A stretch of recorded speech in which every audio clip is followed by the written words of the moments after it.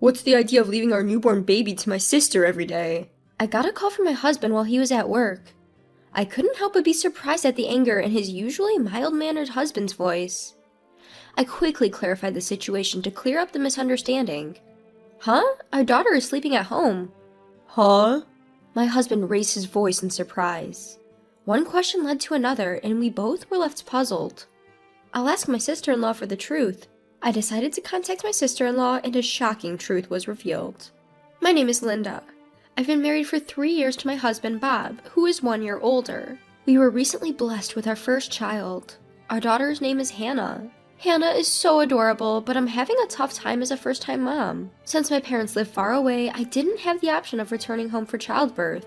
So, since I was discharged from the hospital, I've been a one-woman show during the day. It wouldn't be an exaggeration to say that I've managed to get by thanks to Bob, who is very attentive to Hannah. Even when he's tired from work, he never complains, whether Hannah is having trouble falling asleep or waking up crying in the middle of the night. I think the fact that Bob is such a mild-mannered person allows me to deal with Hannah with hardly any stress. I was truly grateful for his presence. So, I was taken aback by this sudden call from him, and especially by the anger in his voice. Linda, I just got a call from Mom. What the heck is going on? Huh? Your mom? What do you mean?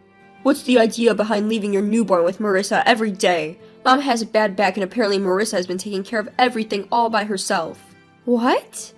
I couldn't keep up with the sudden introduction of my sister-in-law and the word newborn.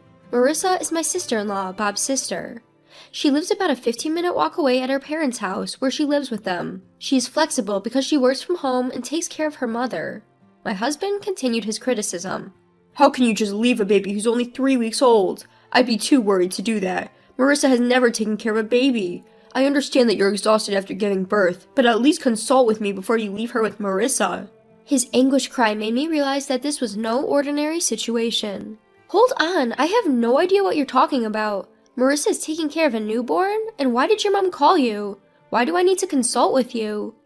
What do you mean, why? You've been leaving Hannah with Marissa, haven't you? It's been almost 2 weeks. Marissa hasn't complained because she doesn't want to ruin her relationship with you, but Mom couldn't stand it and called me. I was shocked at Bob's words. It was a story I had no memory of. Because my daughter is right in front of me right now. I had a lot of questions, but I felt it was more important to clear up the misunderstanding first, so I responded immediately. Huh? Our daughter is sleeping at home. She's right in front of me now. Huh? Bob's voice, which had been filled with surprise until a moment ago, raised in astonishment again. What do you mean? I'm as baffled as you are. In fact, I was told it's best not to take newborns out too much, so I haven't really been anywhere besides medical checkups. So, I haven't even been to your family home, and I haven't seen Marissa since she came to visit us after the birth.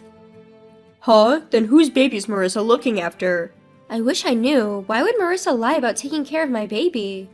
One question just seemed to lead to another. As we both scratched our heads, the chime announcing the end of the lunch break rang over the phone. When I heard the chime, I made a decision.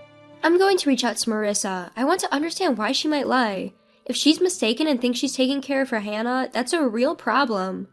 I'll call Mom too, and, Bob paused before apologizing. Sorry for doubting you. I was just so worried about Hannah. It's okay, you are worried for Hannah, right? Besides, when I told you she's right here, you didn't question it, you believed me. After ending the call, I immediately dialed my sister-in-law's number. Marissa, it's been a while. Do you have a minute? There's something I want to ask.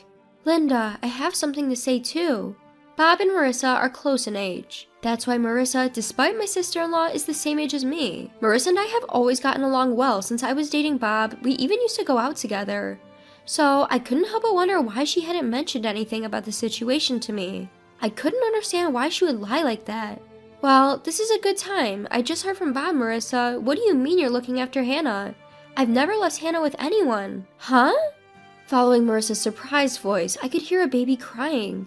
Apparently, she is indeed caring for a baby. Listening to Marissa's voice, I had a hunch.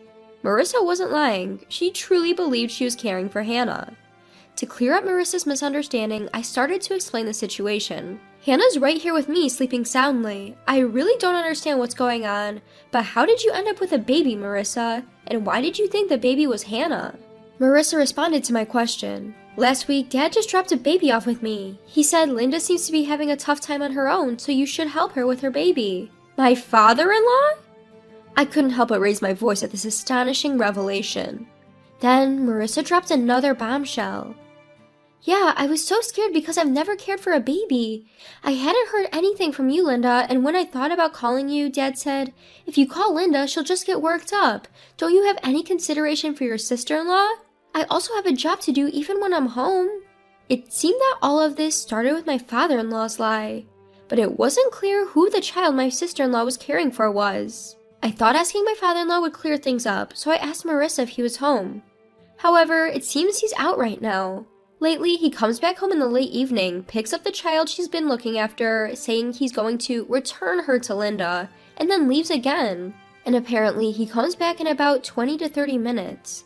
Frustrated that my father-in-law was using me and my daughter to lie, I felt like confronting him directly. I get it, I'll need to talk with Bob, but we might come over tonight, I said and hung up the phone. I emailed my husband about what I heard from his sister. I think it's better to ask Dad directly, was the reply, so when Bob got home, we headed over to my in-laws. On the way, Bob shared the conversation he had with his mother. Mom was pretty upset too. To find out that the child she thought was her grandchild wasn't, that's a big shock, ain't it? I didn't think Hannah's first meeting with everyone would be like this. It's complicated. His mother had a bad back, so she hasn't met our daughter yet. I was hoping to introduce Hannah as soon as she was ready to go out after a month. But instead, I'm upset that we're having to introduce her during such a mess. When we arrived at my in-laws, my mother-in-law and sister-in-law were there, both looking bewildered. As we came in, Marissa opened her mouth. Bob, Linda, Dad said he was going to return the child we've been looking after, but he hasn't come back yet. I understand. Mom, despite the circumstances, this is our daughter, Hannah. Bob introduced our daughter, and I moved Hannah closer to my mother-in-law. Seeing Hannah, my mother-in-law's face softened. She's adorable. She looks just like Bob when he was born. I'm so glad to finally meet her. And Linda, you've done so well. I'm sorry you've been caught up in all this. It's okay. I'm just as confused as everyone else. As I said that, Marissa continued. I don't understand it either. Who is this child Dad has been looking after? I don't know why he's lying, and I've been working so hard thinking that child was Hannah.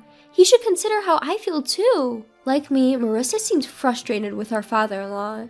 Trying to lighten the mood, Bob interjected. Before that, Marissa, you've met Hannah. You should have noticed it's a different baby. Well, don't all babies look similar? I thought I felt something odd, but I thought maybe their faces change over a few days. Marissa hastily began to defend herself. That's when our father-in-law came back. I'm back. Wait, why are Bob and Linda here? From our father-in-law's panic, it was clear this whole thing was his lie. The rest of us seemed to agree, and we all gave him hard stares. Unable to stand the tension, our father-in-law started to stumble over his words. Ah, Linda, it's been a while. What brings you here? Did you leave something here? Marissa, what are you doing? I told you to check for forgotten items. I was furious at our father-in-law for using me and my daughter's names to lie and then blaming Marissa. I subconsciously gripped my daughter tighter. Both my husband and my sister-in-law seemed to feel the same way, their fists shaking with tension. The first to speak was me. Dad, are you seriously saying that? Don't you think it's a bit too shoddy, even for you?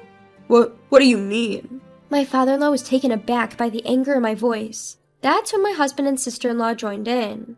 Dad, explain yourself. Linda has never babysat Hannah. Why would you lie like that? There must be a reason for someone to babysit a stranger's newborn, right? That's right. You tricked me into babysitting. Who is that child? I'm scared even if it's my brother's child, let alone a stranger's. I won't do it again. Do you have any idea how much this has set back my work? With the two of them firing off at high speed, our father-in-law was at a loss for words. While the three of us were glaring at him, wanting to know the truth, my mother-in-law was different. She turned pale, muttering, "No way, you're not still involved with her." At my mother-in-law's words, my husband, sister-in-law, and I were stunned. My father-in-law was breaking out in a cold sweat. What do you mean? Even now, he was trying to play dumb, but my usually gentle husband had had enough. Dad, cut the crap. You've been playing dumb this whole time. You think you can get away with this? We know you've been lying about everything. Just tell the truth. Wait, Bob, calm down. Dad, you've been using Linda and Hannah to cover up your lies, and you owe Marissa an apology. Taking care of a newborn is a big responsibility, even if it's your own child. Imagine how stressful it must have been for Marissa, who's never even raised a child before. Once he started, my husband couldn't stop. Despite everything our father-in-law was saying, my husband didn't let up. Perhaps realizing he couldn't avoid it any longer, my father-in-law sighed softly. And then he confessed to the unbelievable truth. That child is mine. At our father-in-law's words, my husband lost all of his momentum, his mouth hanging open in shock. Marissa and I were also stunned into silence. The one who broke the silence was my mother-in-law. Her voice was trembling and her eyes were wet. I knew it, you're still involved with her. I was a fool to forgive you back then. Back then? My husband asked, confused. In response to his question, our father-in-law's face turned even paler. Ignoring him, my mother-in-law started explaining. He had an affair. It was around the time you two were getting married, so about 3 years ago? He promised me he would never do it again, so I forgave him. But now, that's why I thought Hannah looked a bit like Bob. She's his blood after all. I thought she was my real grandchild. Unable to hold back any longer, my mother-in-law started to cry. Seeing her like this, I could feel my anger towards my father-in-law rising. My husband regained his momentum and started to lash out at our father-in-law. You're the worst, Dad. You didn't just lie to us, you betrayed Mom twice. How could you do such a thing? I can't believe that a person like you is our father. Bob's shout was followed by Marissa. What do you mean by my child? Are you kidding me? You had a child with your mistress and left it with me? I can't believe it. How can you calmly do such a thing? It's too disgusting. I don't want to see your face ever again. Despite the harsh words from his own children, father-in-law just chuckled and said, Calm down. There's nothing we can do about what's already happened. The mistress didn't want to marry me or anything like that. She just didn't have any money, so she had to work. In the meantime, I had to take care of the child. I couldn't bear the sight of my father-in-law laughing and saying these words. Stop it, you worthless man. What you did isn't a laughing matter. A person has been born. Do you understand the gravity of that at your age? When I, who had been silent all along, raised my voice, my father-in-law seemed to lose his footing and fell on his rear end right there, but no one offered to help. Instead, Bob and Marissa started hurling insults. You shitty old man, you're no longer our father. I can't stand you physically. I don't want to see your face ever again. Even when confronted by their words, my father-in-law still tried to brush it off, saying, Don't say things like that. Seeing this, my mother-in-law sighed dramatically and glared at my father-in-law. I don't have the confidence to keep up with someone like you anymore. Let's get divorced. Wait, didn't you forgive me last time? My father-in-law's artificial smile faded and his face sagged with wrinkles. The careless demeanor from earlier disappeared and he suddenly became serious. Sure, I made a mistake by cheating, but if letting off steam outside makes our home peaceful, isn't that a good thing? Besides, how are you going to survive without me? You've always been a housewife, you probably don't have any money, right? As my father-in-law clung to my mother-in-law's feet and said this, I watched him with cold eyes. When I glanced over, my husband and sister-in-law were also giving my father-in-law the same look. Everyone in the room was fed up with my father-in-law. My sister-in-law shouted out with anger, I'll take care of Mom, so we'll be fine without you. How are you planning to live? You've always relied on Mom for everything from meals to laundry. Are you sure you'll be okay on your own now? Marissa's words clearly upset my father-in-law. He looked at my mother-in-law with pleading eyes. You wouldn't abandon me, would you? We've been together for decades. You can't imagine life without me, can you? However, my father-in-law's hopes were quickly dashed. My mother-in-law shook off his arm that was clinging to her leg. Stop joking. How much do you need to belittle people to be satisfied? Who do you think wants to be with a cheater? I'm going to divorce you right now. If you like her so much, why don't you go be with your mistress? What? Wait, let's talk. We can work it out. That woman was just a fling. The only one I love is you. My father-in-law, clinging to my mother-in-law, is once again the target of my sister-in-law's angry voice. Enough! Talking to someone who has no intention of reflecting on their actions is pointless. We're leaving this place soon. Of course, Mom is coming with us. Until we're gone, Dad, you better not come home. I never want to see your face again. Now scram! With that, Marissa tries to forcefully usher my father-in-law outside. Even then, my father-in-law didn't budge, so ultimately, Bob had to physically drag him out. Please wait. Give me another chance. Just one more. My father-in-law was shouting this until the end, but no one paid any attention. Afterwards, as Marissa had predicted, my father-in-law's life became a mess, unable to do even basic chores. Unable to endure living in his increasingly cluttered and dirty house, he tried to rely on his mistress, but it seemed she turned him away at the door. The mistress apparently has no intention of marrying my father-in-law either. Since there was no one left to look after the children, the mistress became unable to go to work, and with no income, she started demanding that my father-in-law compensate for the alimony. Currently, they are even going to court to dispute matters such as child support. Meanwhile, my sister-in-law and mother-in-law moved to an apartment not far from our house. As more than a month has passed since the birth, I've started visiting them with Hannah more frequently. I've continued my friendly relationship with Marissa as if nothing has changed, and my relationship with my mother-in-law is also good. From now on, I plan to do my best to raise my daughter with the help of my husband, my sister-in-law, and my mother-in-law.